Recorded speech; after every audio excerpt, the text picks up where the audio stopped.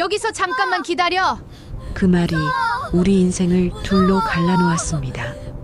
장례식이 끝난 지 2달 반. 부모를 잃은 남매는 보호자라는 이름의 어른 손을 잡고 시골로 내려왔습니다. 처음엔 밥상이 줄었고 그 다음엔 말이 줄었고 마침내 문이 잠겼습니다. 밤마다 들리던 어른들의 낮은 목소리 속에는 늘 같은 단어가 섞여 있었습니다. 보상금, 연금, 도장. 오빠 도연은 그 말을 들을 때마다 일부러 더 멍한 표정을 지었습니다. 바보처럼 보여야 오래 버틸 수 있었으니까요. 8살 다솜은 그 사실도 모른 채 오빠 손만 꼭 붙잡고 잠들었습니다. 그리고 그 주말 밤 어른은 아이들을 외딴 비닐하우스 앞에 내려놓고 말했습니다. 금방 올게. 차 불빛이 어둠 속으로 사라지자 도연은 주머니 속에서 구겨진 종이 조각과 낡은 테이프를 꺼냈습니다. 부모가 남긴 마지막 흔적. 그날까지 아무에게도 말하지 않았던 준비였습니다. 바람에 비닐이 퍼덕이고 멀리서 개가 짖었습니다. 다솜의 손이 떨리자 도연이 속삭였습니다.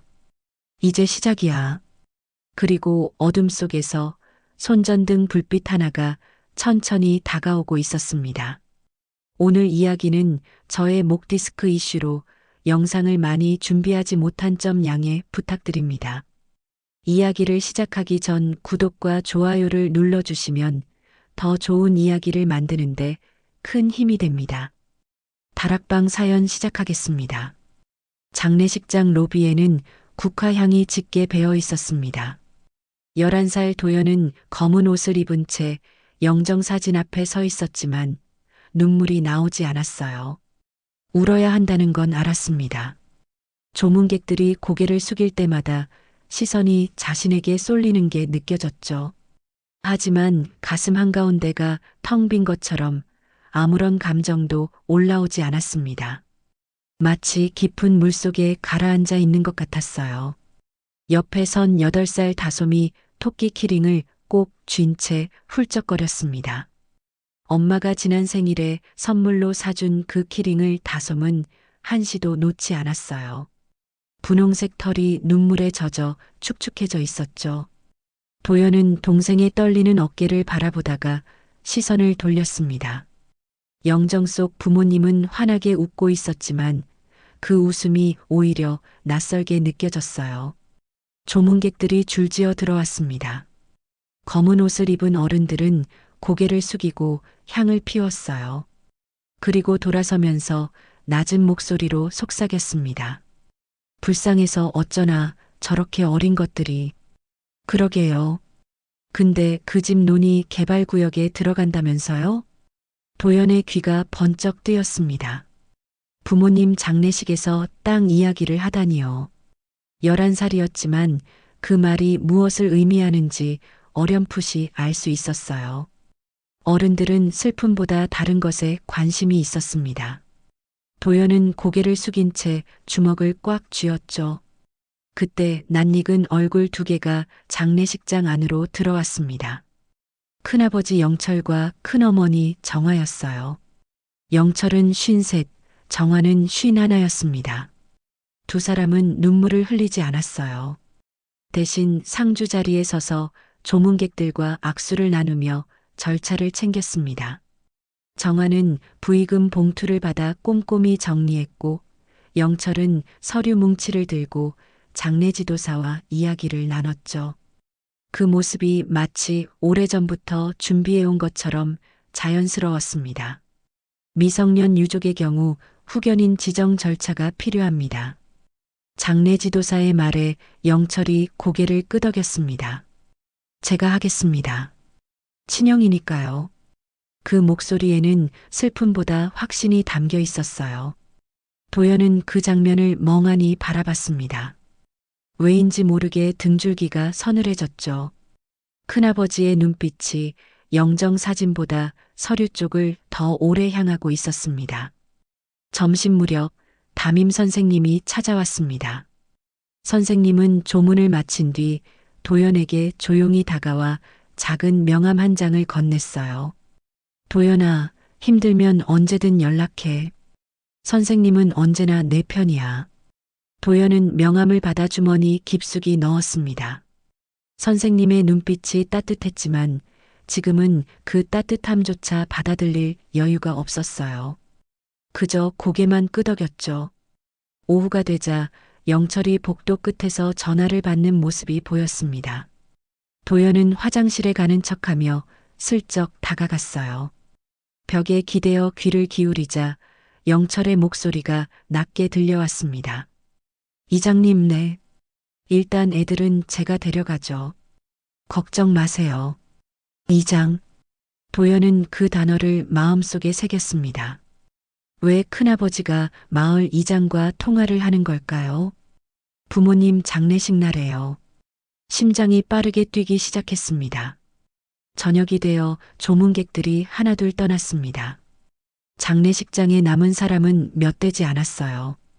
다솜이 도연의 옷자락을 잡아당겼습니다. 오빠, 우리 집 가자. 우리 집에 가고 싶어.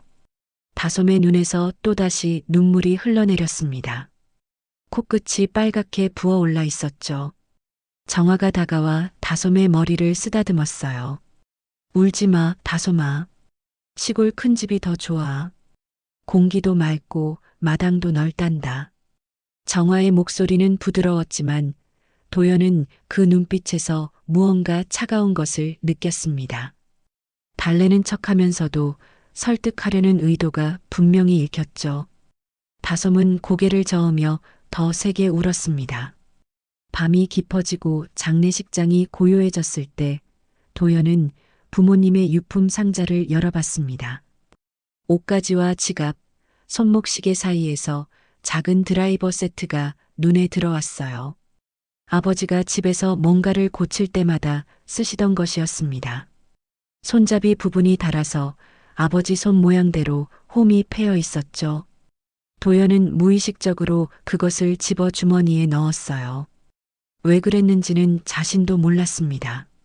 다만 아버지의 손때가 묻은 그 도구가 손에 닿자 처음으로 가슴이 뜨거워지는 것 같았죠. 장례가 끝난 뒤 도연은 화장실로 들어갔습니다. 문을 잠그고 거울 앞에 섰어요. 형광등 불빛 아래 비친 자신의 얼굴이 창백해 보였습니다. 그리고 조용히 울기 시작했어요. 소리를 죽인 채 어깨만 들썩이며 울었죠. 눈물이 턱을 타고 흘러내렸습니다. 하지만 오래가지 않았어요.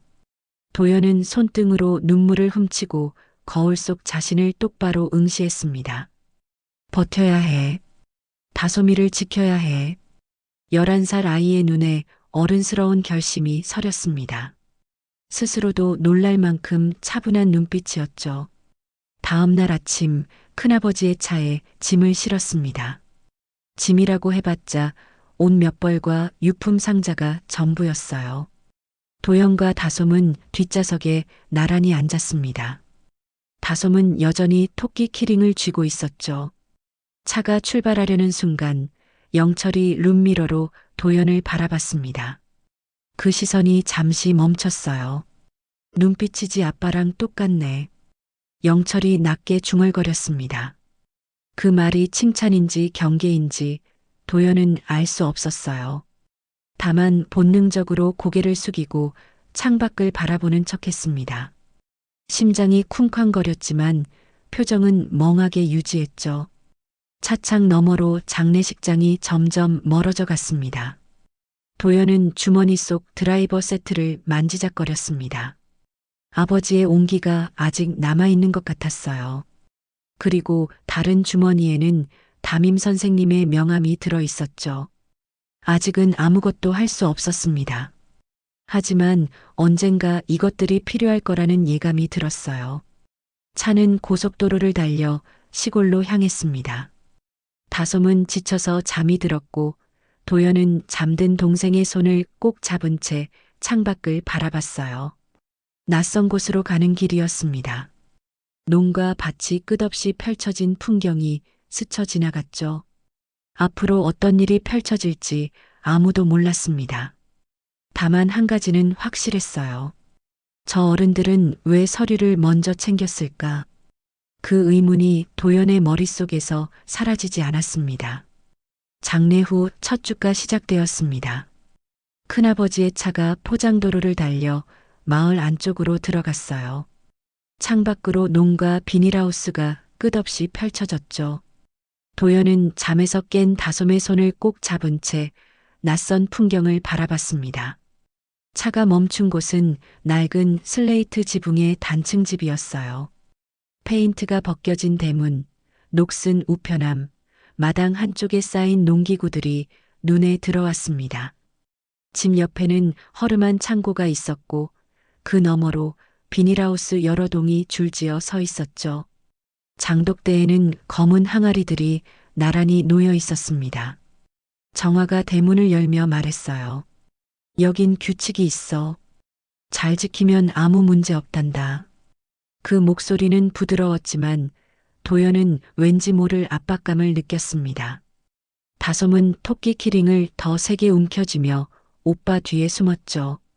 남매가 배정받은 방은 창고 바로 옆에 붙은 작은 공간이었어요. 겨우 이불 두 채를 깔 수 있는 크기였습니다. 벽지는 곳곳이 눅눅하게 들떠 있었고 천장 구석에는 거미줄이 쳐져 있었죠. 도연이 방문을 살펴보는데 이상한 점이 눈에 들어왔습니다. 문 바깥쪽에 걸쇠가 달려 있었어요. 안에서는 열 수 없는 구조였죠. 도연의 등골이 서늘해졌지만 티를 내지 않으려 애썼습니다. 첫 저녁 식사 시간이 되었어요. 밥상에는 밥과 김치, 된장국, 그리고 멸치볶음 한 접시가 전부였습니다. 도연은 배가 고팠지만 천천히 먹었어요. 다솜은 낯선 환경 탓인지 숟가락을 들었다 놓았다 반복했죠. 남기면 못 써. 다 먹어. 정화의 말에 다솜이 억지로 밥을 입에 넣었습니다. 하지만 얼마 지나지 않아 다솜의 얼굴이 창백해지더니 화장실로 뛰어갔어요. 헛구역질 소리가 들려왔죠. 도연이 따라가려 하자 정화가 손을 들어 막았습니다. 앉아 있어. 도시 애들은 약해 빠져서 그래. 도연은 주먹을 꽉 쥔 채 자리에 앉아 있어야 했어요. 화장실에서 돌아온 다솜의 눈가가 빨갛게 젖어 있었습니다. 도연은 동생의 등을 가만히 쓰다듬어 주는 것밖에 할 수 없었죠. 밤이 되자 영철이 거실에서 전화를 받았습니다. 도연은 방문 틈으로 귀를 기울였어요. 내일 농협 좀 가봐야겠어. 도장이 어디 있더라? 도장? 통장? 그 단어들이 도연의 머릿속에 걸렸습니다. 왜 큰아버지가 도장을 찾는 걸까요? 누구의 도장일까요? 도연은 이불을 끌어안으며 생각에 잠겼어요. 다음 날 도연은 마을 구조를 파악하기 위해 집 주변을 돌아봤습니다. 정화가 밭에 나간 틈을 타서였죠. 집에서 5분쯤 걸으면 작은 슈퍼가 있었어요. 그 옆에 낡은 공중전화 부스가 서 있었습니다. 도연은 그 위치를 머릿속에 단단히 새겨두었죠. 슈퍼 안으로 들어가자 주인 할머니가 고개를 들었어요. 어머, 영철이네 조카들이구나. 어서 와. 할머니는 반갑게 웃었지만 곧 창밖을 힐끗 보더니 목소리를 낮췄습니다.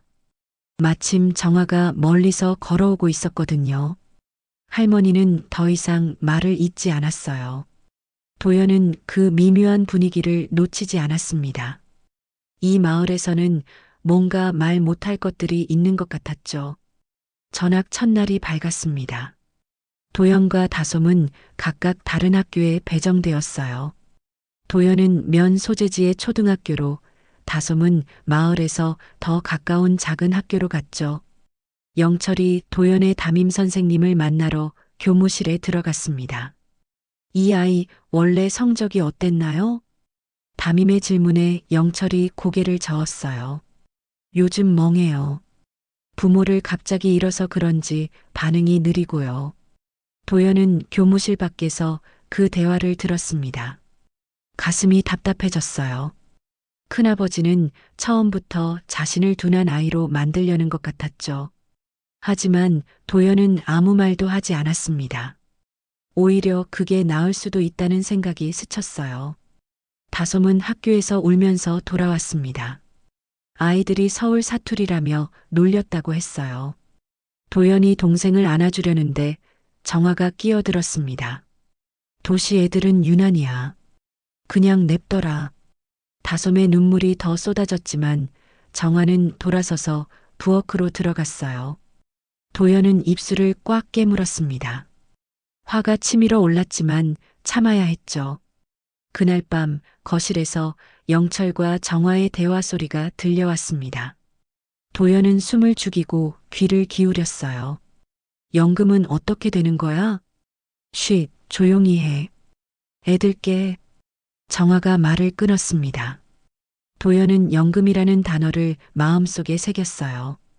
부모님이 남긴 게 분명했죠. 저 사람들이 원하는 게 뭔지 조금씩 윤곽이 잡히기 시작했습니다. 자기 전에 도연은 방문의 나사 상태를 확인했어요. 주머니에 넣어둔 아버지의 드라이버 세트를 꺼내 걸쇠 구조를 살펴봤죠. 완전히 잠기면 안에서는 절대 열 수 없는 구조였습니다. 하지만 나사가 약간 헐거워진 부분이 있었어요. 도연은 그 사실을 기억해 두었습니다. 창문도 확인했어요. 열리기는 하지만 방충망이 녹슬어 소리가 났죠. 조용히 빠져나가려면 기름칠이 필요할 것 같았습니다. 도연은 하나씩 메모하듯 머릿속에 정리했어요. 다솜이 이불 속에서 작은 소리로 물었습니다. 오빠, 우리 엄마 아빠 없는데 어떡해? 도연의 가슴이 찢어지는 것 같았어요. 하지만 눈물을 보이면 안 됐습니다. 도연은 동생을 꼭 안아주며 낮게 말했죠. 괜찮아. 오빠가 있잖아. 다솜이 오빠 품에서 조금씩 잠이 들었습니다. 도연은 천장을 바라보며 생각했어요. 이 집의 규칙을 익혀야 해. 들키지 않고 버틸 방법을 찾아야 해. 얼마나 시간이 지났을까요? 복도에서 발소리가 들리더니 방문 앞에서 멈췄습니다. 그리고 철컥 걸쇠가 잠기는 소리가 났어요. 정화의 목소리가 문 너머로 들려왔습니다. 말 잘 들으면 다 괜찮아. 발소리가 멀어졌습니다. 도연은 잠든 동생을 바라보며 주먹을 꽉 쥐었어요. 심장이 빠르게 뛰었지만 표정은 굳게 다물었죠. 이제 확실해졌습니다. 이 집은 안전하지 않았어요. 장례 후 3주째 밤이 점점 길어지는 것 같았습니다.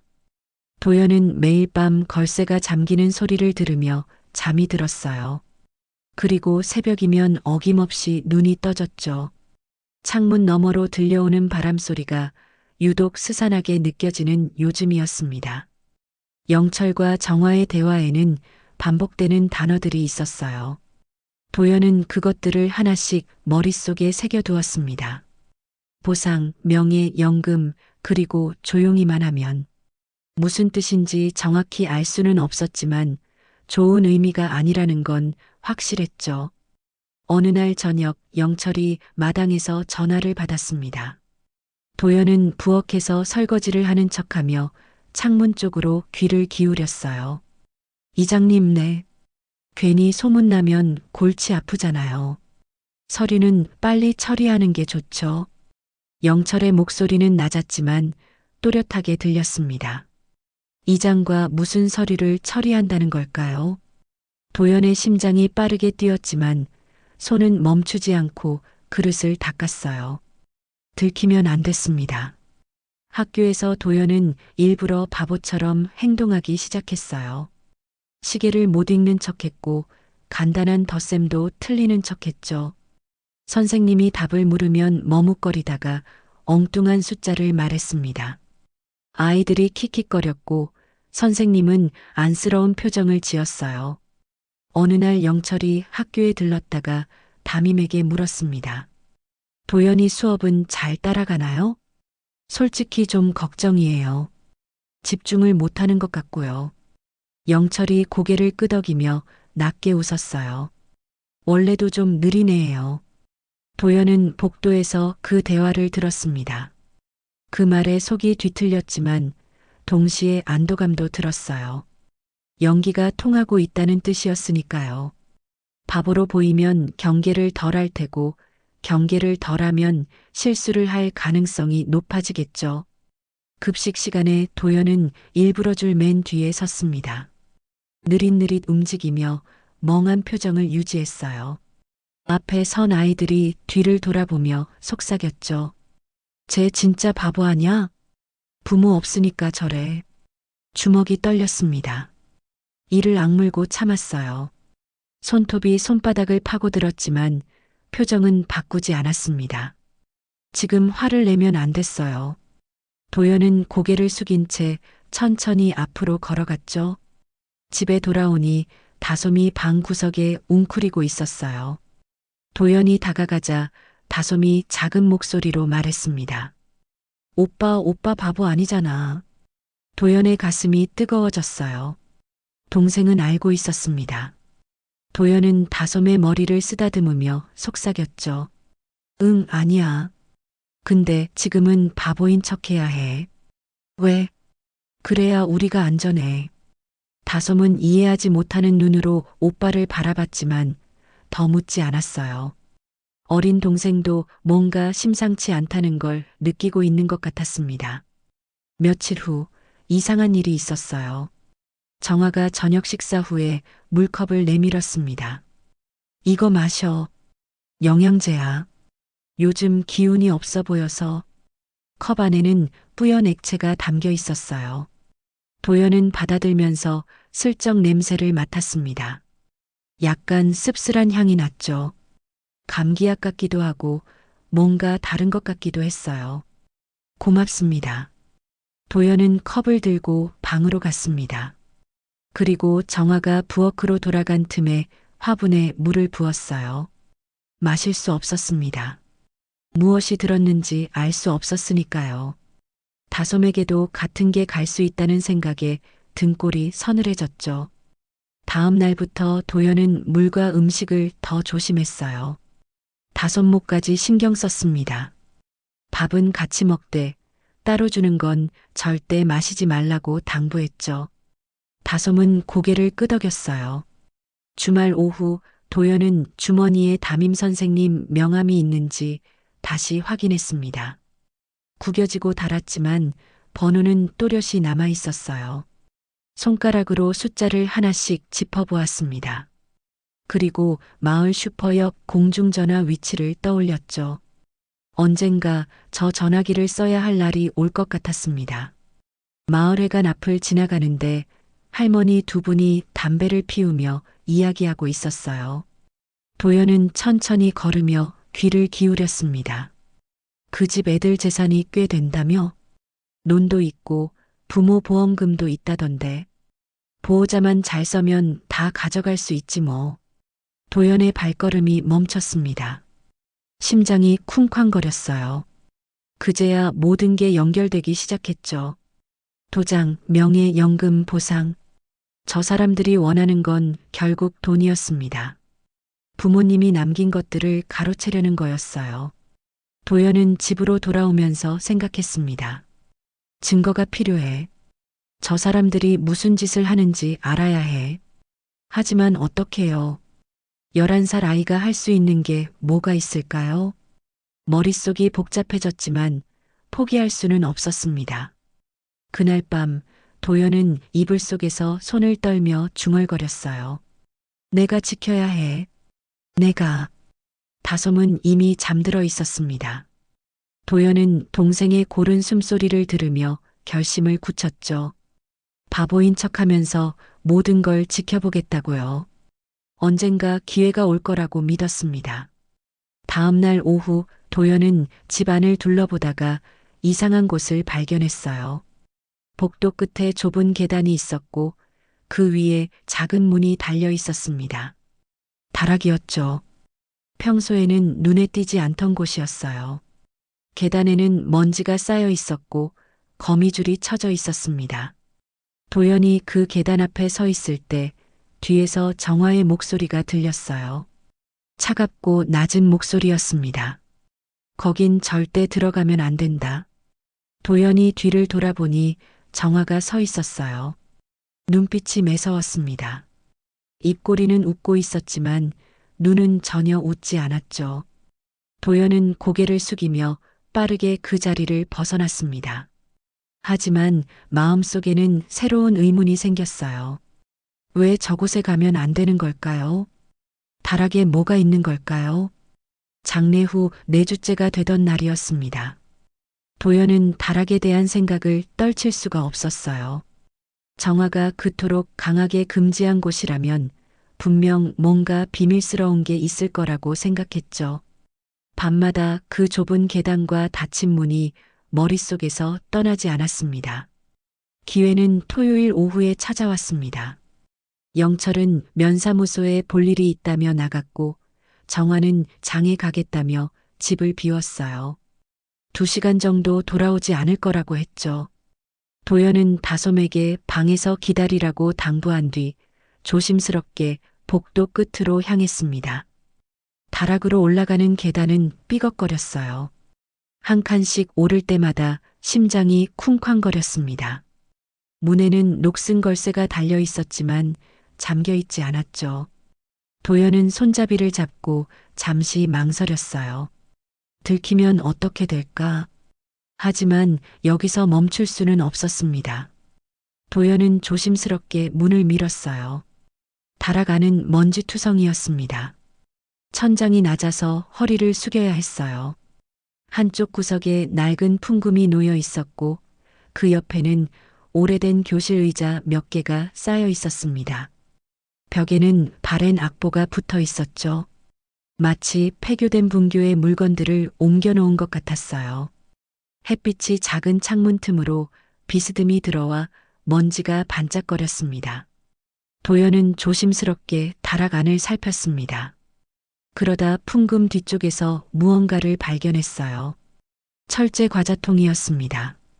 녹이 쓴 뚜껑에는 오래된 과자 그림이 희미하게 남아 있었죠.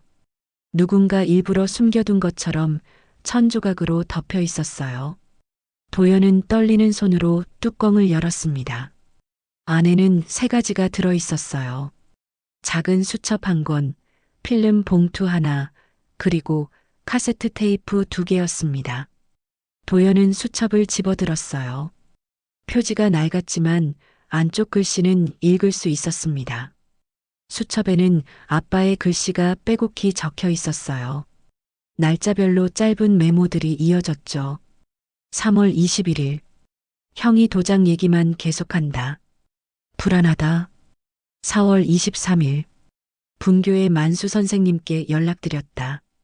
아이들의 대부가 되어 주시라고 부탁드렸다. 도연의 손이 떨렸습니다. 부모님은 뭔가를 알고 계셨던 거예요. 그리고 대비하고 있었던 거죠. 눈시울이 뜨거워졌지만 울면 안 됐습니다. 지금은 정보를 모을 때였어요.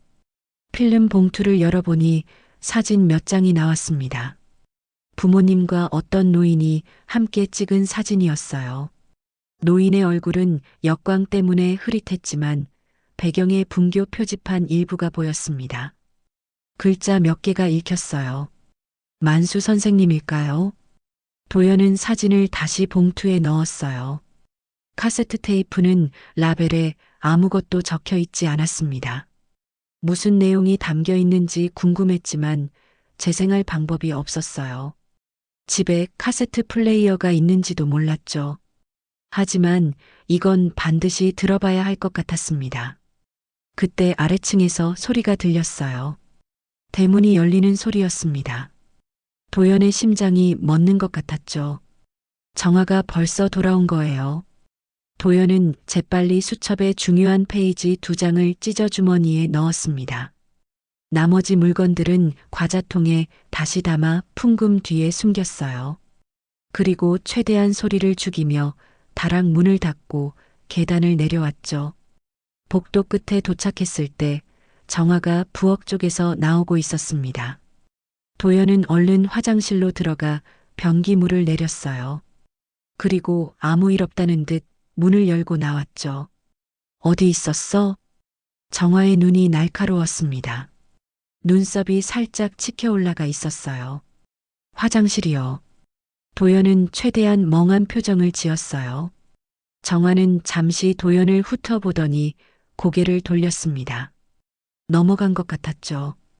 도연은 안도의 한숨을 삼키며 방으로 돌아왔어요. 다솜이 걱정스러운 눈으로 물었습니다. 오빠 괜찮아? 응. 엄마 아빠가 남긴 힌트를 찾았어. 도연은 그것만 말했어요. 자세한 건 다솜에게 말하지 않았습니다. 어린 동생에게 너무 큰 공포를 줄 수는 없었죠. 밤이 되자 도연은 이불 속에서 찢어온 수첩 페이지를 다시 읽었습니다. 아빠의 글씨가 희미한 불빛 아래서 또렷이 보였어요. 손가락으로 글씨를 따라가며 한 글자씩 읽었죠. 영철에 대한 불안, 그리고 만수 선생님이라는 이름. 모든 게 퍼즐 조각처럼 맞춰지기 시작했습니다. 도연은 수첩 페이지를 조심스럽게 접어 속옷 주머니에 넣었어요. 가장 들킬 확률이 낮은 곳이었죠. 나머지 증거들은 다락에 그대로 두었습니다. 한꺼번에 가져오면 분실 위험이 있었으니까요. 카세트 테이프가 머릿속에서 떠나지 않았습니다. 무슨 내용이 담겨 있을까요? 부모님의 목소리가 담겨 있다면 중요한 단서가 있을지도 몰랐어요. 플레이어를 구해야 했습니다. 어디서든요. 다솜이 잠든 뒤 도연은 수첩의 마지막 문장을 다시 읽었어요. 손끝이 떨리면서 종이가 바스락거렸습니다. 만수 선생님, 아이들을 부탁합니다. 아빠의 마지막 바람이 담긴 문장이었습니다. 도연의 눈에서 눈물 한 방울이 흘러내렸어요. 하지만 금세 손등으로 닦아냈죠. 분교의 만수 선생님, 그분을 찾아야 했습니다. 부모님이 그토록 믿었던 사람이라면 분명 도움이 될 거예요. 도연은 천장을 바라보며 생각에 잠겼습니다. 일단 카세트 테이프를 들어봐야 해요. 거기에 더 많은 단서가 있을지도 모르니까요. 그리고 만수 선생님을 찾는 거예요. 반드시요. 창밖에서 바람소리가 들려왔습니다. 도연은 잠든 다솜의 손을 가만히 잡았어요. 아직 갈 길이 멀었지만 이제 방향은 알게 되었습니다. 부모님이 남긴 실마리를 따라가면 되는 거였죠. 장례 후 5주째에 접어들었습니다. 도연은 학교에서 더욱 철저하게 바보 연기를 이어갔어요. 시험지를 받으면 일부러 쉬운 문제도 틀렸고 선생님이 질문하면 멍하니 창밖만 바라봤죠. 성적표에는 빨간 숫자들이 늘어갔습니다. 한때 반에서 손꼽히던 성적이 바닥까지 떨어졌어요. 반 아이들은 도연을 점점 더 무시했어요. 짝꿍조차 말을 걸지 않았죠. 쉬는 시간에 혼자 앉아 있어도 아무도 신경 쓰지 않았습니다. 하지만 도연은 그게 더 편했어요. 관심받지 않는 게 지금은 가장 안전한 방법이었으니까요. 어느 날 담임 선생님이 도연을 상담실로 불렀습니다. 상담실은 교무실 옆에 있는 작은 방이었어요. 창문으로 운동장이 내려다 보였죠. 책상 위에는 화분 하나와 작은 시계가 놓여 있었습니다. 선생님은 도연 앞에 앉으며 조심스럽게 입을 열었어요. 도연아, 집에서 괜찮니? 도연은 대답하지 못했어요. 말하고 싶은 게 많았습니다. 하지만 입을 열면 안 됐어요. 아직은 때가 아니었죠. 도연은 고개를 숙인 채 손만 만지작거렸습니다. 그 손이 미세하게 떨리고 있었어요. 선생님은 도연의 떨리는 손을 보았습니다. 무언가 눈치챈 듯 잠시 침묵하더니 책상 서랍에서 작은 수첩을 꺼냈어요. 그리고 뭔가를 적기 시작했죠. 도연은 그 모습을 슬쩍 훔쳐봤습니다. 선생님은 생활기록부 같은 것에 메모를 하고 있었어요. 날짜와 함께 짧은 문장들을 적는 것 같았죠. 며칠 후 영철이 학교에 찾아왔습니다. 담임 선생님과 이야기를 나누는 모습이 복도에서 보였어요. 도연은 화장실에 가는 척하며 귀를 기울였죠. 걱정 마세요. 원래 좀 둔한 편이에요. 부모 잃고 더 심해진 것 같습니다. 영철의 목소리는 자연스러웠습니다. 마치 오래전부터 준비한 대사처럼요. 선생님은 고개를 끄덕였지만 표정이 어딘가 석연치 않아 보였어요. 눈썹이 살짝 찌푸려져 있었죠. 도연은 그 미묘한 분위기를 놓치지 않았습니다. 선생님은 뭔가를 의심하고 있는 것 같았어요. 다솜의 학교에서도 일이 있었습니다. 미술 시간에 다솜이 이상한 그림을 그렸다고 했어요. 담임 선생님이 집으로 전화를 걸어왔죠. 다솜이가 잠긴 문 그림을 그렸는데요. 문 바깥에 자물쇠가 그려져 있어서 좀 걱정이 돼서요. 정화가 전화를 받았습니다. 목소리는 부드러웠지만 얼굴은 굳어 있었어요. 아, 그게 원래 상상력이 풍부한 애예요. 신경 쓰지 마세요. 전화를 끄는 정화는 다솜을 불러 앉혔습니다. 도연은 방문 틈으로 그 모습을 지켜봤어요. 학교에서 쓸데없는 그림 그리면 안 돼. 알았지? 정화의 목소리는 낮았지만 날카로웠습니다. 다솜은 고개를 끄덕이며 입술을 깨물었어요. 말하고 싶은 게 있는 것 같았지만 결국 아무 말도 하지 못했죠. 도연은 주먹을 꽉 쥐며 참았습니다. 동생이 겁먹은 모습을 보니 가슴이 답답했어요. 카세트 플레이어를 구해야 했습니다. 도연은 학교 끝나고 마을을 돌아다니며 방법을 찾았어요.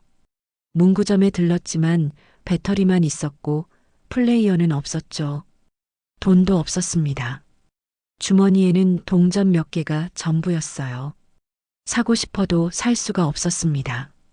그러다 학교 뒤편 고물 더미에서 낡은 카세트 플레이어를 발견했습니다.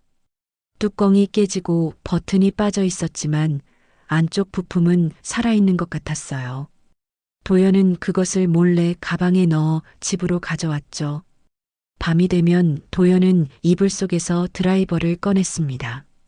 아버지가 남긴 그 작은 도구로 플레이어를 분해했어요. 손전등 불빛 아래서 부품들을 하나씩 살펴봤죠. 녹슨 접점을 닫고 끊어진 연결 부분을 다시 이었습니다.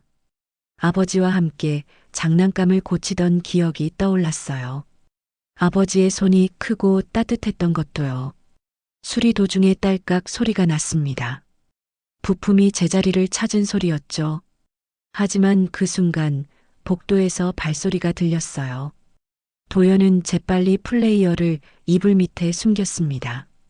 심장이 멎는 것 같았죠. 정화가 문을 두드렸어요. 뭐해? 아무것도 안 해요. 잠이 안 와서요. 도연은 일부러 멍청한 목소리를 냈습니다. 졸린 듯 눈을 비비며 문틈으로 얼굴을 내밀었죠. 정화는 의심스러운 눈으로 방 안을 훑어봤지만 결국 돌아섰습니다. 일찍 자.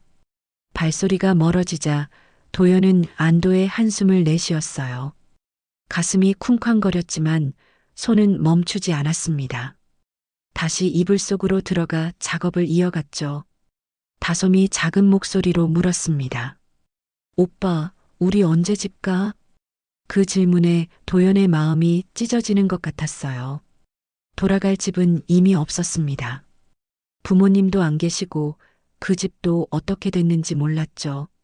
하지만 그런 말은 할 수 없었어요. 곧, 조금만 더 기다려. 도연은 그렇게만 대답했습니다. 목소리가 떨리지 않게 애썼어요.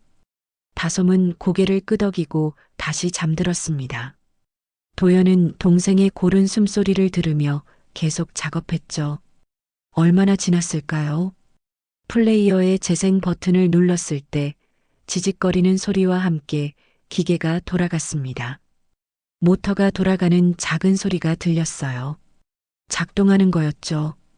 도연의 심장이 빠르게 뛰었습니다. 아직 카세트 테이프는 넣지 않았어요. 소리가 날까봐 두려웠죠. 하지만 이제 준비는 된 거였습니다. 내일 영철과 정화가 없을 때 다락에서 테이프를 가져와야 했어요. 도연은 플레이어를 옷가지 사이에 숨기고 눈을 감았습니다. 손끝이 아직 떨리고 있었어요. 하지만 마음 한구석에는 작은 희망이 피어올랐죠. 부모님의 목소리를 들을 수 있을지도 모른다는 희망이요.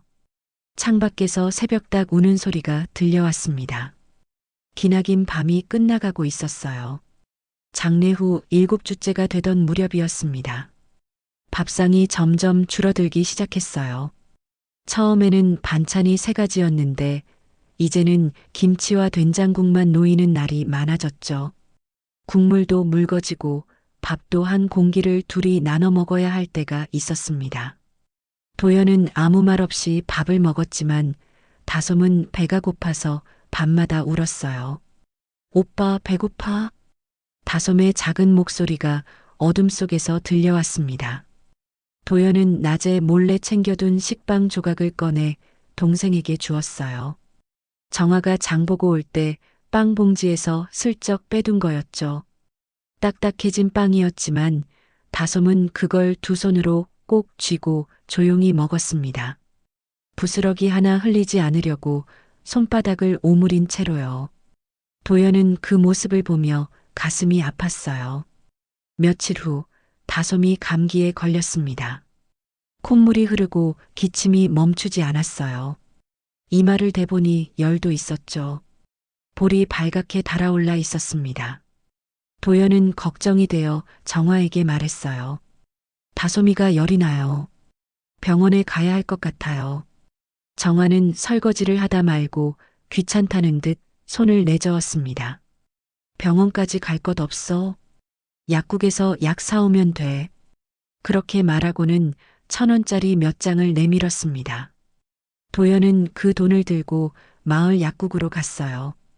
겨울바람이 차가웠지만 뛰다시피 해서 도착했죠. 약사 할머니가 다솜의 증상을 물었고 도연은 최대한 자세히 설명했습니다.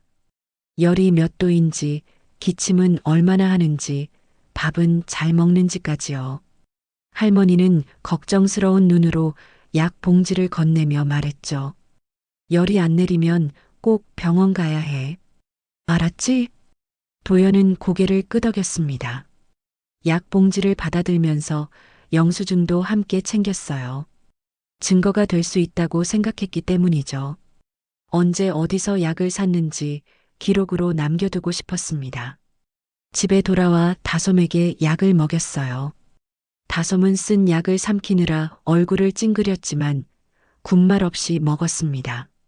눈가에 눈물이 맺혔지만 울지 않았죠. 도연은 동생의 이마에 젖은 수건을 올려주고 밤새 곁을 지켰어요. 새벽녘이 되어서야 열이 조금 내렸습니다. 도연은 그제야 한숨을 돌렸죠. 그날 밤 영철이 거실에서 전화를 받는 소리가 들렸습니다. 도연은 방문에 귀를 대고 숨을 죽였어요. 이장님 네. 애들만 조용하면 문제 없어요. 서류는 다음 주에. 말이 끊겼습니다. 정화가 뭐라고 했는지 영철이 목소리를 낮췄어요.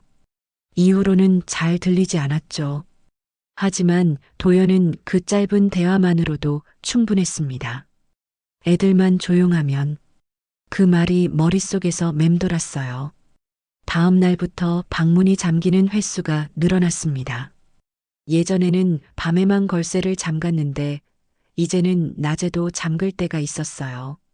정화가 외출할 때면 어김없이 철컥 소리가 났죠. 도연은 그 소리가 들릴 때마다 가슴이 조여왔습니다. 감옥에 갇힌 것 같은 기분이었어요. 도연은 걸쇠 구조를 더 자세히 살펴봤습니다.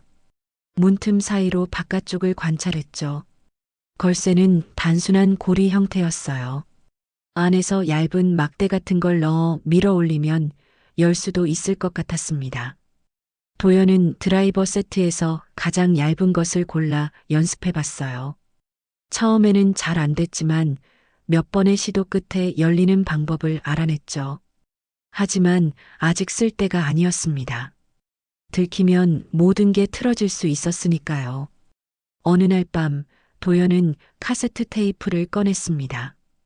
다락에서 가져온 2개의 테이프 중 하나를 플레이어에 넣었어요.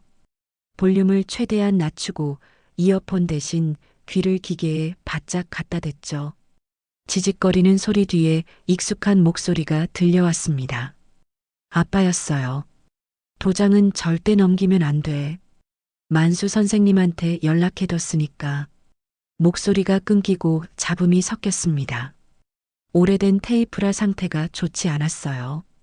하지만 도연은 그 짧은 문장만으로도 충분했습니다. 아빠가 또 만수 선생님을 언급했던 거예요. 아빠가 그분을 믿고 있었던 거죠. 도연의 눈시울이 뜨거워졌습니다. 도연은 테이프를 멈추고 다시 숨겼어요. 그리고 지금까지 모은 것들을 정리했습니다. 약 봉투와 영수증, 찢어온 수첩 페이지, 그리고 이제 테이프 내용까지요. 모두 작은 봉투에 넣어 옷 사이에 숨겨두었죠. 언젠가 이것들을 전달해야 할 날이 올 거였습니다. 다솜이 잠결에 도연의 손을 잡았습니다. 오빠, 나 무서워. 도연은 동생의 손을 꼭 잡아주었어요. 손이 차가웠습니다. 감기가 아직 다 낫지 않은 것 같았죠. 괜찮아. 오빠가 있잖아.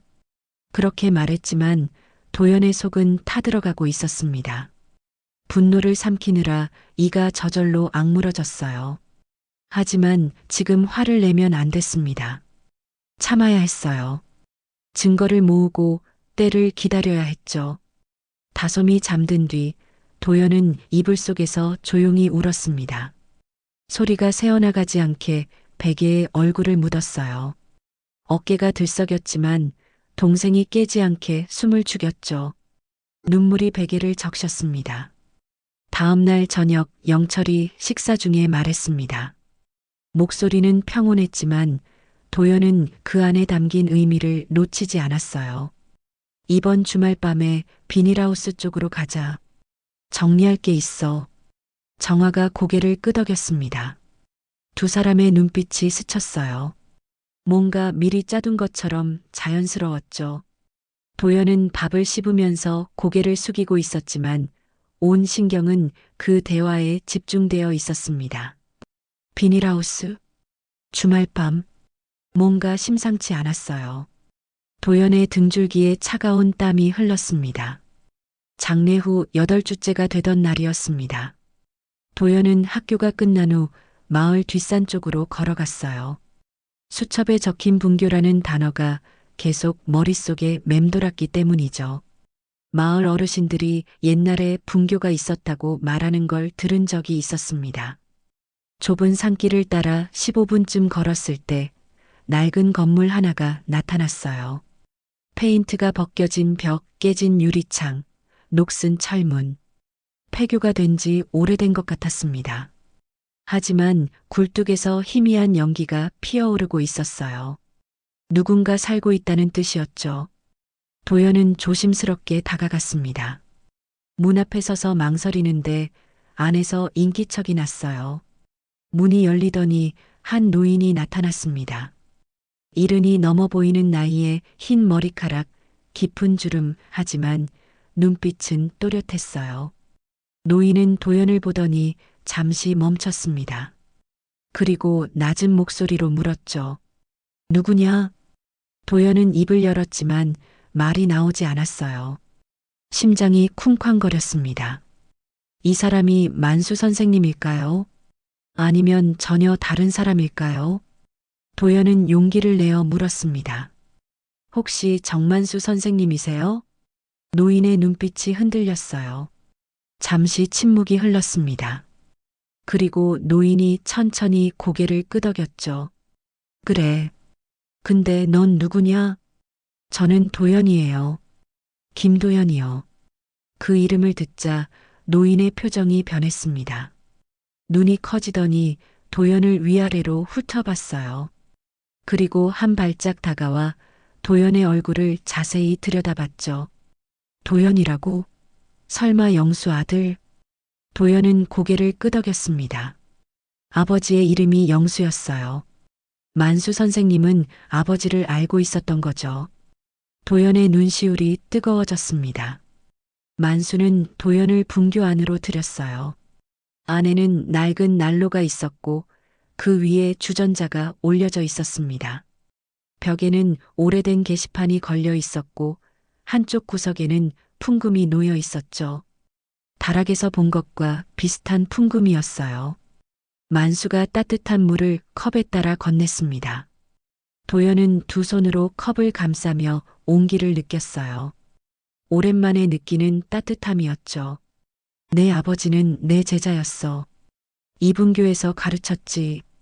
만수의 목소리는 낮고 차분했습니다. 도연은 조용히 듣고 있었어요. 영수가 생전에 나한테 부탁을 했어. 아이들한테 무슨 일이 생기면 도와달라고. 도연의 심장이 뛰었습니다. 부모님이 정말로 대비를 해두셨던 거예요. 만수 선생님은 아버지가 믿고 부탁한 사람이었죠. 지금 큰아버지 집에 있어요. 근데 거기가 도연은 말을 잇지 못했습니다. 목이 막혔어요. 하지만 만수는 기다려 주었습니다. 재촉하지 않고 그저 조용히 도연을 바라봤죠. 도연은 천천히 이야기를 시작했어요. 장례식부터 지금까지 있었던 일들을요. 줄어드는 밥상, 잠기는 방문, 엿들은 대화들, 다락에서 찾은 수첩과 테이프. 이야기하는 동안 손이 떨렸지만 끝까지 말했습니다. 만수는 눈을 감고 들었어요. 이야기가 끝나자 깊은 한숨을 내쉬었죠. 그래, 알겠다. 그리고 자리에서 일어나 창고 쪽으로 갔습니다. 잠시 후 장갑 한 켤레와 낡은 보온병을 가지고 돌아왔어요. 이거 가져가. 손 시렵겠다. 물은 따뜻할 때 마시고. 도연은 멍하니 그것들을 받아들었습니다. 이렇게 쉽게 믿어줄 줄 몰랐어요. 의심하거나 질문을 퍼붓지 않았죠. 선생님은 왜 바로 저를 데려가시지 않아요? 도연이 조심스럽게 물었습니다. 만수는 창밖을 바라보며 대답했어요. 지금 건드리면 너희를 숨길 거야. 내 큰아버지는 마을에서 힘이 있어. 괜히 소문나면 너희를 더 깊이 숨기겠지. 도연은 그 말을 이해할 수 있었습니다. 섣불리 움직이면 안 된다는 거였어요. 대신 준비는 하고 있었어. 너희 담임 선생님한테도 연락해뒀고 약국 할머니한테도 부탁했어. 기록을 남겨달라고. 만수의 말에 도연은 놀랐습니다. 선생님은 이미 움직이고 있었던 거예요. 혼자가 아니었습니다. 여기 위치 기억해둬. 위험하면 언제든 와. 숨을 곳은 만들어 둘게. 만수는 분교 뒤쪽에 있는 작은 창고를 가리켰어요. 담요와 비상식량이 준비되어 있었습니다. 그리고 이거. 만수가 작은 종이를 건넸어요.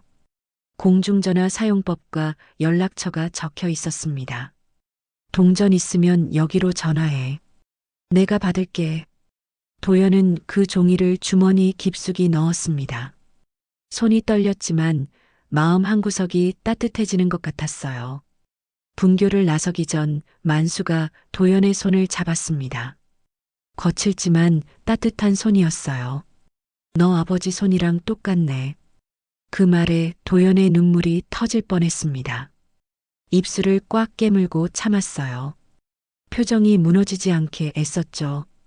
하지만 눈가가 축축해지는 건 어쩔 수 없었습니다. 집으로 돌아오는 길, 도연은 생각했어요. 만수 선생님을 믿어도 될까요? 부모님이 그토록 신뢰한 분이라면 믿어야겠죠. 하지만 마지막 순간까지 확신은 없었습니다. 저녁이 되어 집에 도착했을 때 정화가 날카로운 눈으로 물었어요. 어디 갔다 왔어? 학교에서 청소 당번이었어요. 도연은 멍한 표정으로 대답했습니다. 정화는 잠시 의심스러운 눈으로 바라보다가 고개를 돌렸죠. 방에 들어가자 다솜이 달려왔어요. 도연은 동생을 안아주며 속삭였습니다. 조금만 더 기다려. 이제 도와줄 사람을 찾았어. 다솜은 이해하지 못하는 눈으로 고개를 갸웃거렸지만 오빠 품에서 편안해 보였어요. 그날 밤 도연은 창밖을 바라보며 만수의 말을 떠올렸습니다. 주말 밤 그 비닐하우스? 뭔가 일어날 것 같은 예감이 들었어요. 만수 선생님은 알고 있을까요?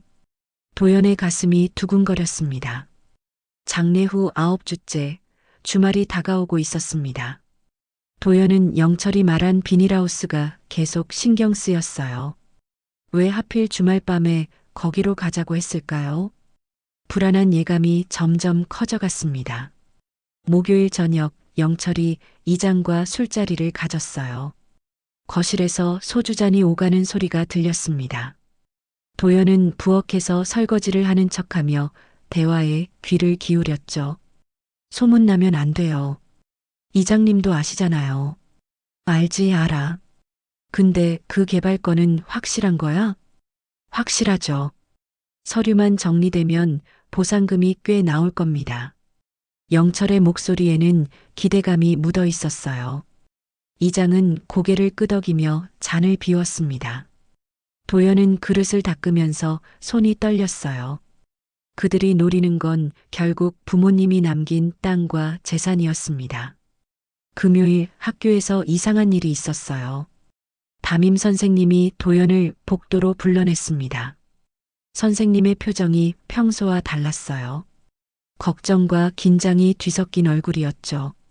도연아, 요즘 결석이 잦더라.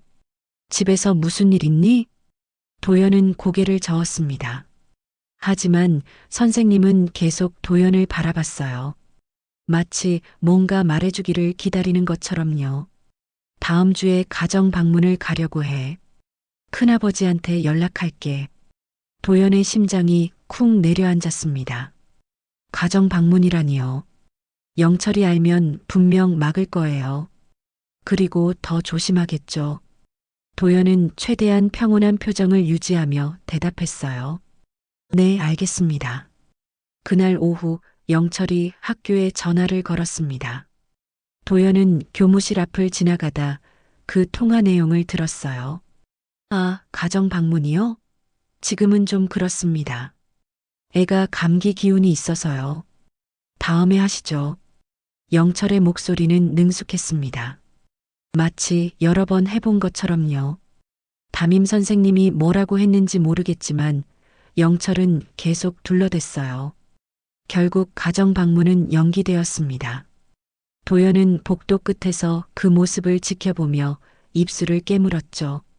집에 돌아오니 분위기가 달라져 있었어요. 정화가 남매의 외출을 완전히 금지했습니다.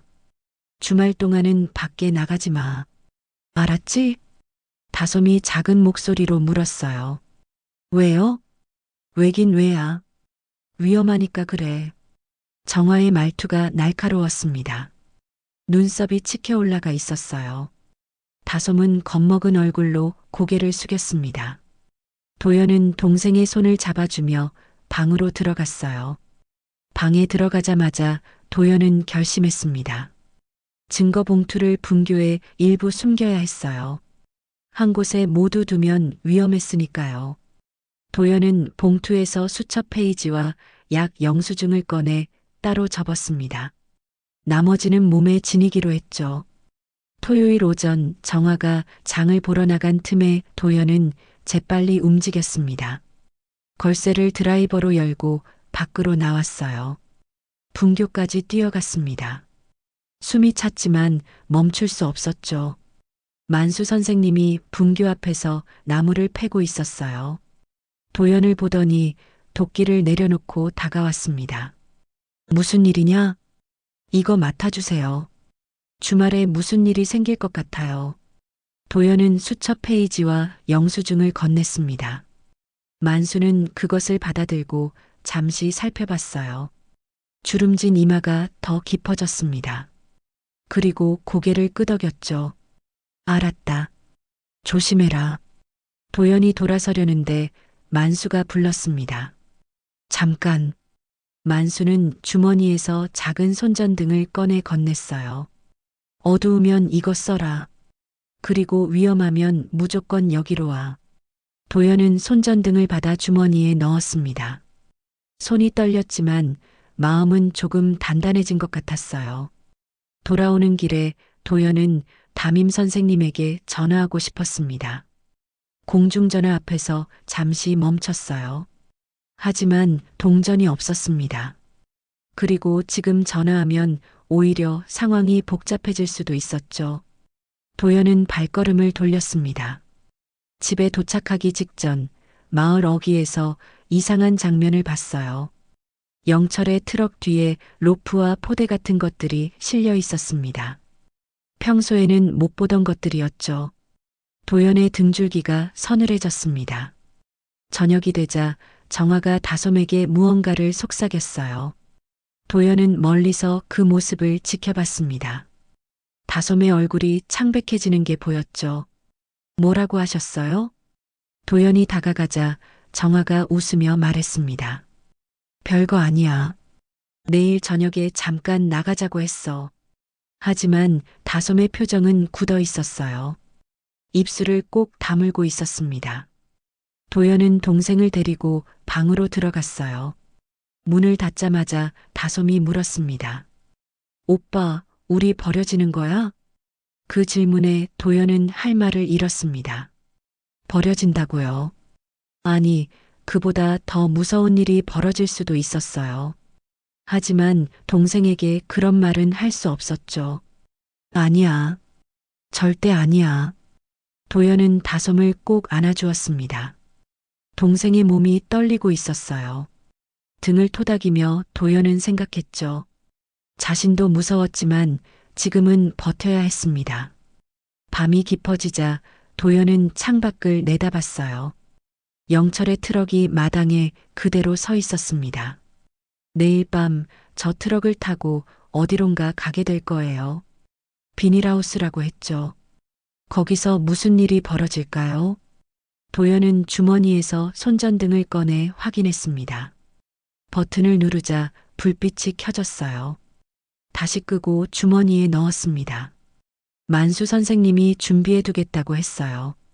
믿어야 했습니다. 내일 밤이면 모든 게 결정될 것 같았습니다. 도연은 잠들지 못한 채 천장을 바라봤어요. 옆에서 다솜이 불안한 잠에 빠져 있었죠. 도연은 동생의 손을 잡았습니다. 무슨 일이 있어도 다솜이만은 지켜야 해. 도연은 그렇게 다짐하며 긴 밤을 보냈습니다. 장례 후 10주째가 되던 주말 밤이었습니다. 하늘에서 진눈깨비가 내리기 시작했어요. 차가운 바람이 창문을 흔들었고 도연은 불안한 마음으로 시계를 바라봤습니다. 저녁 7시가 넘어가고 있었죠. 영철이 거실에서 외투를 입었습니다. 정화도 두꺼운 점퍼를 걸치며 현관으로 나왔어요. 평소와 다른 분위기였습니다. 영철이 방문을 열며 말했죠. 나가자. 비닐하우스에 정리할 게 있어. 도연은 다솜의 손을 꽉 잡았습니다. 손바닥에 땀이 흥건했어요. 다솜이 눈을 크게 뜨고 오빠를 바라봤죠. 겁에 질린 표정이었습니다. 입술이 파르르 떨리고 있었어요. 지금요? 밖에 비 오는데요. 도연이 물었지만 영철은 대답하지 않았어요. 그저 빨리 나오라는 손짓만 했습니다. 정화가 뒤에서 재촉하듯 남매를 밀었죠. 트럭에 올라타자 차 안에 라디오가 켜져 있었어요. 개발구역 보상에 대한 뉴스가 흘러나왔습니다. 영철이 볼륨을 높였죠. 도연은 그 뉴스를 들으며 모든 게 연결되는 것을 느꼈어요. 땅, 보상금, 그리고 자신들. 퍼즐의 마지막 조각이 맞춰지는 것 같았습니다. 트럭이 어두운 길을 달렸습니다. 진눈깨비가 앞유리를 때렸고 와이퍼가 바쁘게 움직였어요. 도연은 창밖을 바라보며 길을 기억하려 했습니다. 어디로 가는지 알아야 했으니까요. 가로등도 없는 비포장 도로가 한참 이어졌죠. 20여 분을 달렸을까요? 트럭이 한적한 곳에 멈췄습니다. 주변에는 아무것도 없었어요. 비닐하우스 몇 동이 어둠 속에 서 있었고 멀리서 개 짖는 소리만 들려왔죠. 휴대폰 신호도 잡히지 않을 것 같은 외진 곳이었습니다. 바람에 비닐이 퍼덕거리는 소리가 스산하게 울렸어요. 내려. 영철의 목소리가 차가웠습니다. 도연은 다솜의 손을 놓지 않은 채 차에서 내렸어요. 바람이 매서웠습니다. 다솜이 추위에 몸을 떨었죠. 얇은 옷밖에 입지 못했으니까요. 정화가 비닐하우스 문을 열었습니다. 안에서 흙냄새와 퀴퀴한 냄새가 섞여났어요. 낡은 의자 2개와 플라스틱 상자들이 놓여 있었습니다. 형광등도 없이 깜깜했죠. 여기서 기다려. 정화가 말했어요. 그리고 영철과 함께 밖으로 나갔습니다. 문이 닫히는 소리가 났죠. 도연은 귀를 기울였어요. 밖에서 2 사람이 뭔가 이야기하는 소리가 들렸지만 바람 소리에 무쳐 잘 들리지 않았습니다. 가끔 영철의 낮은 목소리만 끊겨 들려왔어요.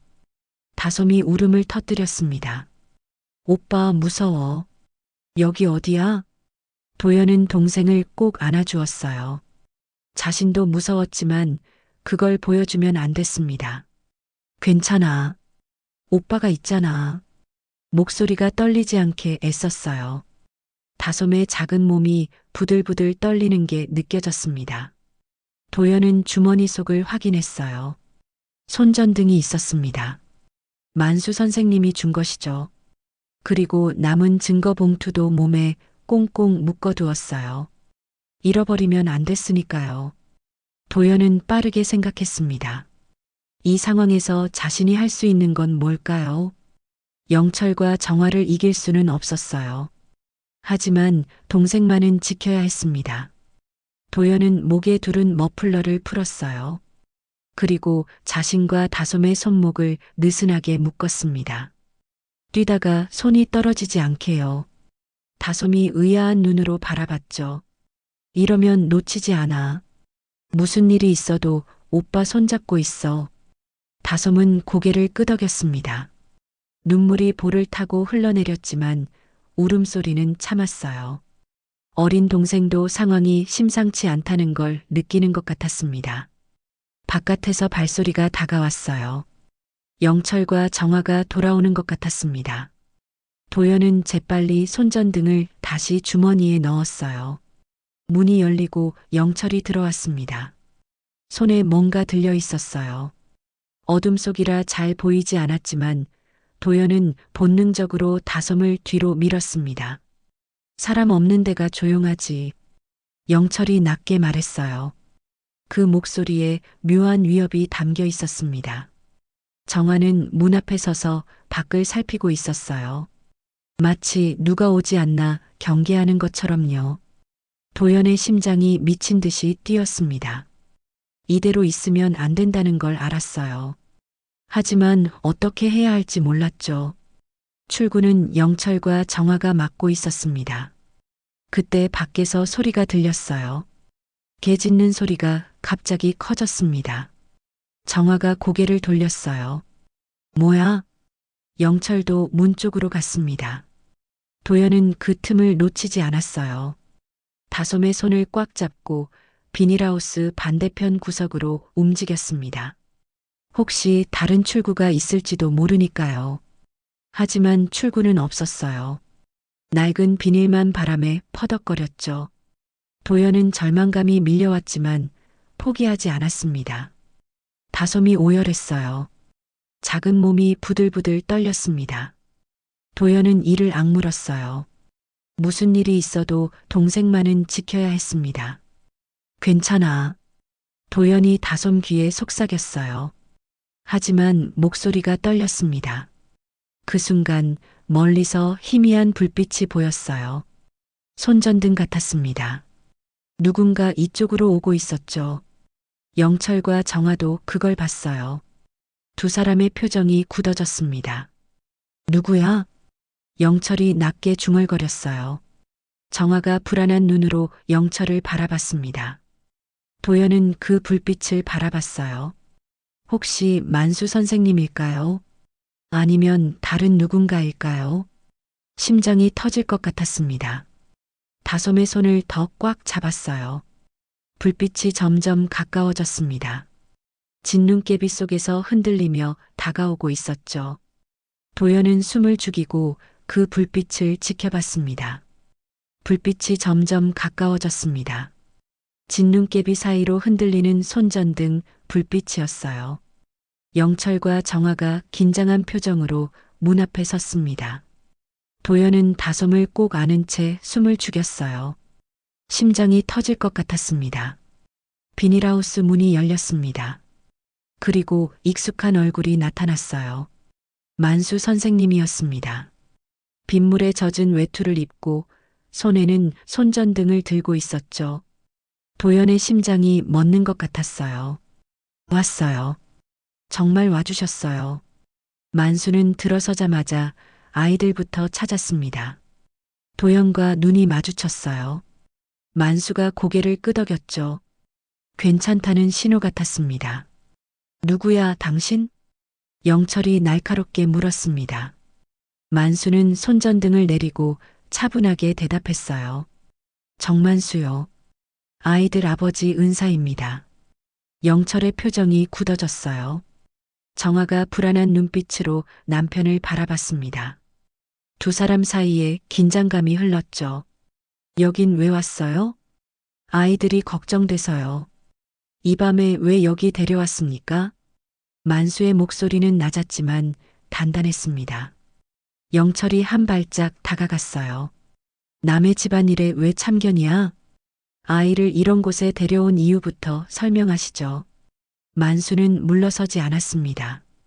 오히려 한 걸음 더 앞으로 나갔어요. 도연은 그 모습을 보며 가슴이 뛰었습니다. 혼자가 아니라는 게 느껴졌죠. 정화가 끼어들었어요. 아이들이랑 바람 쐬러 나온 거예요. 뭐가 문제야? 이 추운 밤에요? 진눈깨비까지 내리는데? 만수가 되물었습니다. 정화는 대답하지 못했어요. 입술만 달싹거렸죠. 영철의 얼굴이 붉어지기 시작했습니다. 닥쳐요. 당신이 뭔데?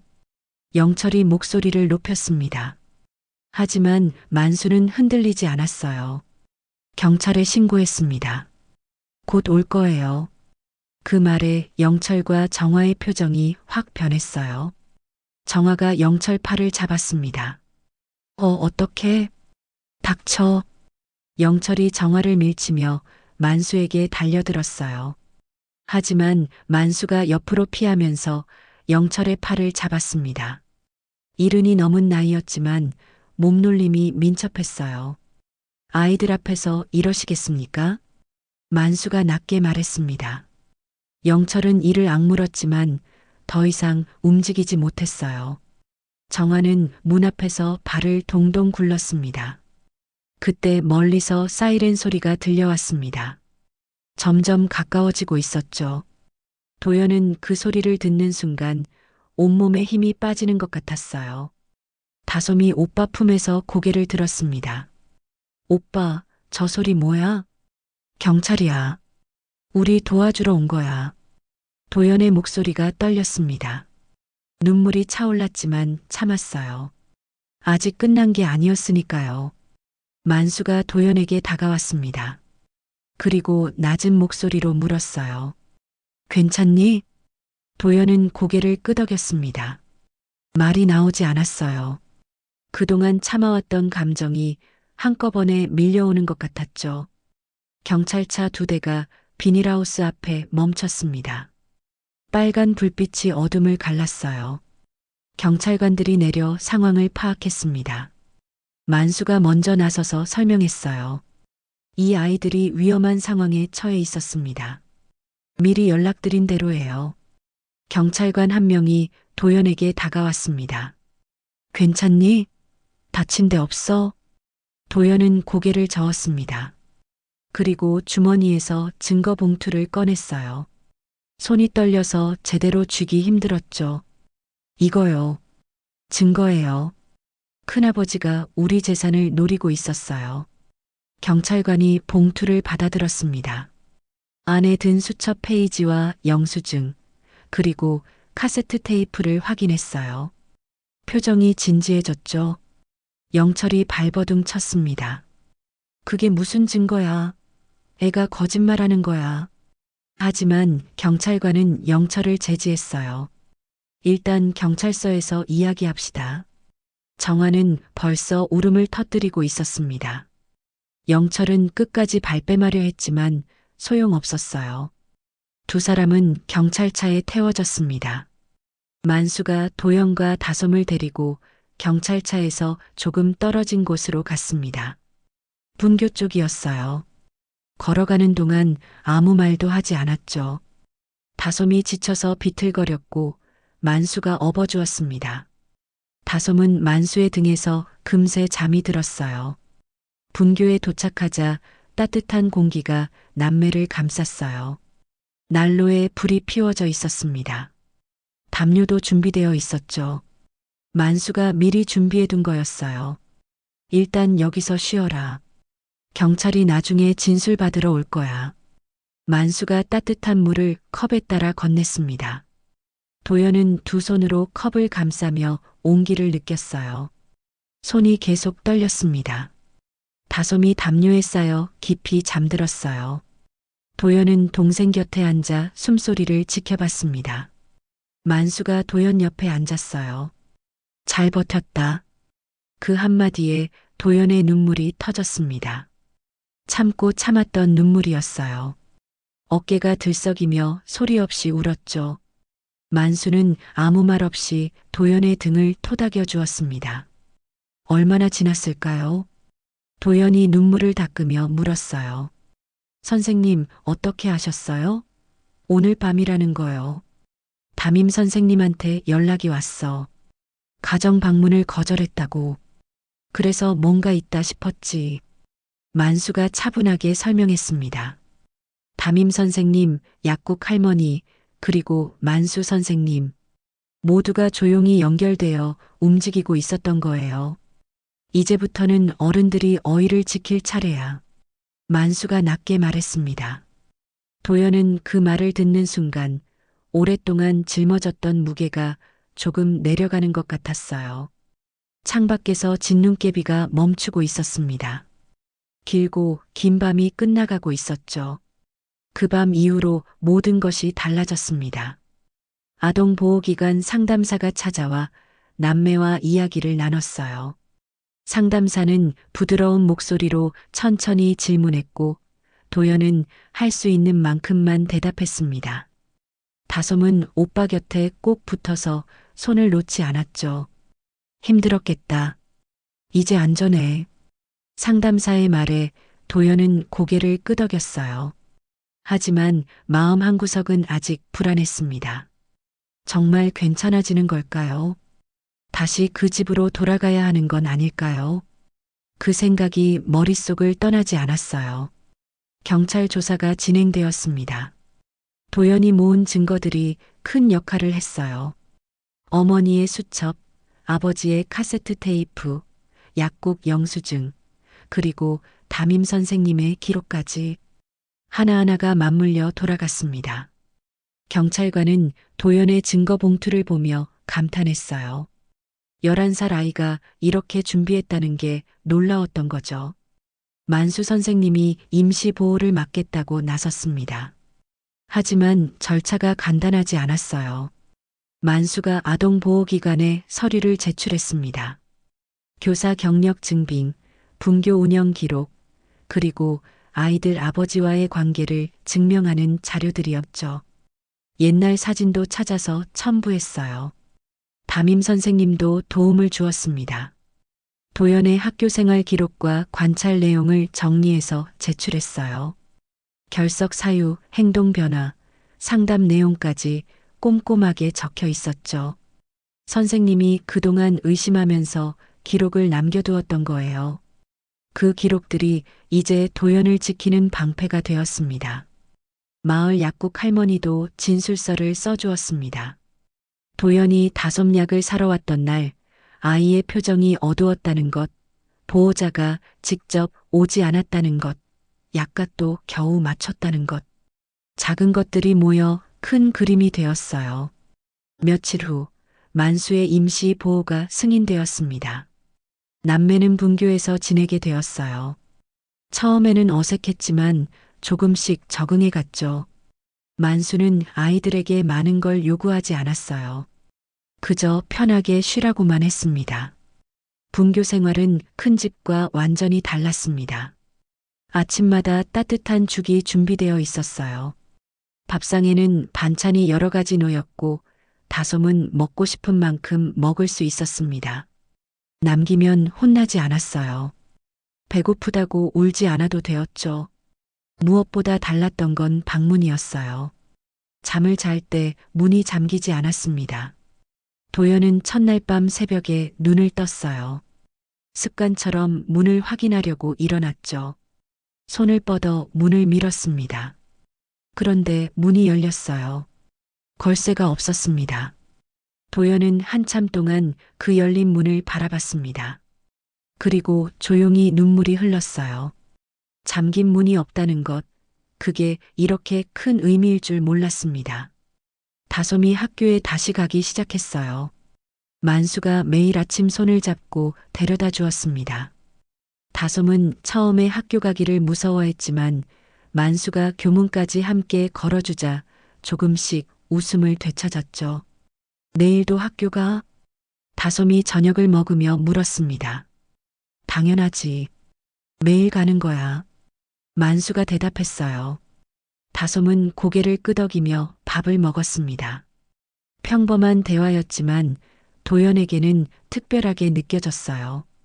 담임 선생님이 분교로 찾아왔습니다. 도연을 보자마자 선생님의 눈이 붉어졌어요. 도연아, 미안해. 더 빨리 알아챘어야 했는데. 도연은 고개를 저었습니다. 아니에요. 선생님이 기록 남겨주셔서 이렇게 된 거예요. 선생님은 잠시 말을 잇지 못했어요. 그리고 조심스럽게 물었습니다. 너 바보가 아니었지. 일부러 그랬던 거지?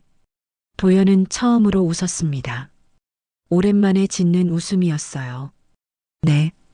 들키면 안 됐으니까요. 선생님이 도연의 어깨를 토닥였습니다. 대단한 아이야. 기록은 남겨뒀어. 앞으로도 내 편이야. 어느 날 밤 도연은 카세트 테이프를 끝까지 들었습니다. 경찰에 제출하기 전에 복사본을 만들어 두었거든요. 만수가 구해준 낡은 플레이어로 재생했어요. 테이프 끝부분에 아버지의 목소리가 담겨 있었습니다. 도연아, 다솜아. 아빠가 이걸 녹음하는 건 혹시나 해서야. 언제든 힘든 일이 생기면 만수 선생님을 찾아가. 그분이 도와줄 거야. 그리고 기억해. 너희는 사랑받기 위해 태어난 아이들이야. 도연의 눈에서 눈물이 흘러내렸습니다. 하지만 이번에는 슬픈 눈물이 아니었어요. 부모님이 끝까지 사랑했다는 것을 확인한 눈물이었죠. 다솜이 따뜻한 밥을 먹다가 갑자기 울음을 터뜨렸습니다. 이유를 물으니 다솜은 고개를 저었어요. 몰라요. 그냥 눈물이 나요. 만수가 조용히 말했습니다. 울어도 돼. 울고 싶을 때 울어야지. 다솜은 한참을 울었어요. 그동안 참았던 것들이 쏟아지는 것 같았습니다. 슬픔과 안도가 뒤섞인 울음이었죠. 며칠 후 만수가 분교 게시판에 새 종이를 붙였습니다. 도연이 다가가서 읽었어요. 아이 쉼터 준비. 만수가 설명했습니다. 이 분교를 마을 아이들 쉼터로 만들 거야. 교육청하고 이야기 중이야. 도연은 그 말을 듣고 가슴이 뭉클해졌어요. 자신들처럼 힘든 아이들이 쉴 곳이 생기는 거였습니다. 창밖으로 봄볕이 들어왔습니다. 겨울이 지나가고 있었어요. 재판은 생각보다 빨리 끝났습니다. 영철과 정화는 아동학대와 재산 횡령 시도 혐의로 처벌을 받았어요. 접근금지 명령이 내려졌고 보호자 자격도 박탈되었죠. 도연과 다솜은 더 이상 그들을 볼 일이 없어졌습니다. 부모님이 남긴 재산도 법적으로 보호받게 되었어요. 만수 선생님이 정식으로 후견인이 되었습니다. 법원에서 승인이 떨어지던 날 만수는 아무 말 없이 도연의 머리를 쓰다듬었어요. 그것만으로 충분했습니다. 도연은 처음으로 어른의 손길이 따뜻하게 느껴졌죠. 세월이 흘렀습니다. 중학생이 된 도연은 다시 밝은 아이가 되었습니다. 성적도 다시 상위권으로 돌아왔죠. 선생님들도 놀랐습니다. 특히 손재주가 뛰어났어요. 고장난 물건을 고치는 솜씨가 남달랐습니다. 아버지에게 물려받은 재능이었죠. 친구들 사이에서도 인정받기 시작했어요. 기술대회에서 상을 받았을 때 만수가 객석에서 박수를 쳤습니다. 도연은 무대 위에서 그 모습을 보며 웃었어요. 예전에 자신은 웃는 법을 잊고 살았는데 이제는 자연스럽게 웃을 수 있었습니다. 더 이상 혼자가 아니라는 게 느껴졌죠. 다솜도 자랐습니다. 고등학생이 된 다솜은 보건 동아리에 들어갔어요. 아픈 친구들을 돌보는 게 좋다고 했습니다. 어린 시절 자신이 아팠을 때 제대로 된 돌봄을 받지 못했던 기억 때문일까요? 다솜은 그 경험을 다른 방향으로 풀어냈어요. 봉사활동을 다니면서 마을 어르신들에게 파스를 붙여드리기도 했습니다. 약 봉투를 정리해드리기도 했죠. 예전에 자신이 받지 못했던 것들을 다른 사람에게 주고 싶었던 거예요. 다솜의 얼굴에는 이제 웃음이 많아졌습니다. 더 이상 잠긴 문 뒤에서 떨던 아이가 아니었어요. 분교는 마을 배움터로 바뀌었습니다. 교육청 프로그램과 후원을 받아 운영되었어요. 방과 후에 아이들이 모여 공부하고 간식을 먹고 이야기를 나눴습니다. 만수는 여전히 그곳을 지키고 있었죠. 아이들을 가르치고 밥을 챙겨주었습니다. 도연은 가끔 분교에 들러 아이들과 시간을 보냈어요. 고장난 장난감을 고쳐주기도 하고 숙제를 도와주기도 했습니다. 예전에 자신처럼 힘든 표정을 짓는 아이가 보이면 조용히 다가가 말을 걸었죠. 힘들면 말해도 돼. 여기는 안전해. 도연은 그렇게 말해주었습니다. 자신이 듣고 싶었던 말이었으니까요. 그 말 한마디가 누군가에게 얼마나 큰 힘이 되는지 알았습니다. 더 많은 시간이 흘렀습니다. 20살이 된 도연은 기술 관련 학교에 진학했어요. 장학금을 받으며 공부했습니다. 다솜은 간호학과에 들어갔죠. 두 사람 모두 자신의 길을 찾아가고 있었어요. 어느 봄날 벚꽃이 흩날리는 분교 앞길을 셋이 함께 걸었습니다. 만수는 이제 80이 넘었지만 여전히 허리를 꼿꼿이 세우고 걸었어요. 도연과 다솜이 양옆에서 팔짱을 끼고 천천히 걸었죠. 벚꽃잎이 바람에 날려 어깨 위로 떨어졌습니다. 선생님, 오래오래 건강하셔야 해요. 다솜이 말했습니다. 만수는 웃으며 고개를 끄덕였어요. 분교에 도착하자 만수가 난로 앞에 앉았습니다. 오래된 난로였어요. 도연이 어렸을 때 처음 분교에 왔을 때도 있었던 그 난로죠. 세월이 흘러 곳곳이 낡아 있었습니다. 이거 손볼게요. 도연이 드라이버를 꺼냈습니다. 아버지에게 물려받은 그 작은 도구였어요. 손잡이가 더 닳아 있었지만 여전히 쓸만했죠. 도연은 난로를 살펴보며 부품을 조였습니다. 손놀림이 능숙했어요. 다솜은 부엌에서 따뜻한 차를 준비했어요. 찾아온 아이들에게 컵을 나눠주었죠. 아이들이 웃으며 차를 받아 마셨습니다. 예전 자신들의 모습 같았어요. 만수가 도연을 바라보며 조용히 말했습니다. 너희 아버지한테도 못해준 걸 이제라도 했구나. 그 말에 도연이 손을 멈추었습니다. 고개를 숙인 채 한참을 가만히 있었어요. 눈가가 촉촉해졌지만 울지는 않았습니다. 아버지가 남겨주신 거예요. 이 드라이버도 저한테 가르쳐 주신 것들도요. 도연은 조용히 말했습니다. 만수는 고개를 끄덕이며 창밖을 바라봤어요. 저녁이 되어 분교를 나서는 길, 도연은 잠시 멈춰 뒤를 돌아봤습니다. 분교 창문으로 따뜻한 불빛이 새어나왔어요. 안에서 아이들이 웃는 소리가 들렸죠. 다솜이 옆에 와서 섰습니다. 오빠, 우리 잘 컸지? 응, 잘 컸어. 도연은 웃으며 대답했어요. 두 사람은 나란히 걸었습니다. 만수가 분교 앞에서 손을 흔들었어요. 도연과 다솜도 손을 흔들어 인사했죠. 걸으면서 도연은 생각했습니다. 우리를 지킨 건 기적이 아니었어요. 끝까지 포기하지 않게 해준 사람들의 선택이었죠. 담임 선생님, 약국 할머니, 그리고 만수 선생님. 모두가 작은 선택들을 이어갔고 그 선택들이 우리를 여기까지 데려왔습니다. 해가 지고 있었습니다. 노을빛이 마을을 물들였어요. 이제 도연과 다솜은 버려지는 인생이 아니었어요. 스스로 선택하고 스스로 만들어가는 인생이었습니다. 그리고 그들은 받았던 사랑을 돌려주는 어른으로 자라고 있었죠. 오늘 이야기는 여기까지입니다.